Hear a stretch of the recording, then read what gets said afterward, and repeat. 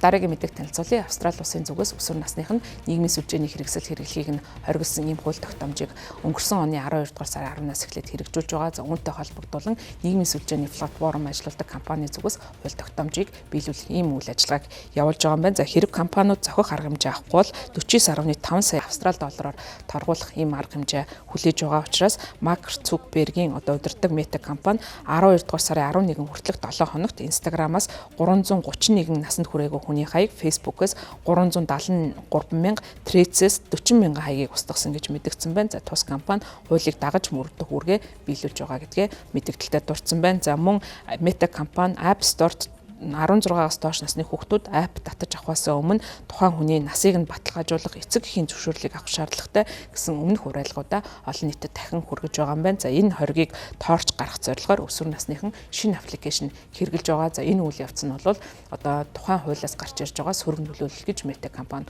үзэж байгаа юм байна. За тийм учраас тус компани зүгээс одоо энэ одоо засгийн газраас авч байгаа арга хэмжээгээ цуцлахыг уриалж байгаа юм байна. За засгийн газрын зүгээс залуу одоо австралчуудад учирч байгаа хохирлын хариуцлагыг нийгмийн сүлжээний компаниуд гаргах ёстой гэж үзэж байгаа. Meta компани мэдгдснээр тус хориг нь залуу хүмүүсийг онлайн ертөнцөөс тусгаарлах, за заримыг нь бол зохицуулах багтай аппликейшн болон интернетийн харанхуй ертөнц рүү түлхэж байгаа. Энд бол эцэг эхчүүд болон мэрэгчлэнүүд санаа зовж байгаа. За хууль тогтоомж уул нь бол одоо анхандаа хүүхдийн одоо хэрэглээг хязгаарлах зорилготой зөв ийм зорилготой байсан бол үүнээс хүсээгүй бас сөрөг үр дагавар гарч ирж байгаа. За үүнээс үзэхэд Meta компани үзэж байгаагаар залуу австралчуудын аюулгүй байдал сайн сайхныг нэмэгдүүлэх зорилготой тус хууль тогтоомж хүрэхгүй байгаа гэж үзэж байгаа юм байна.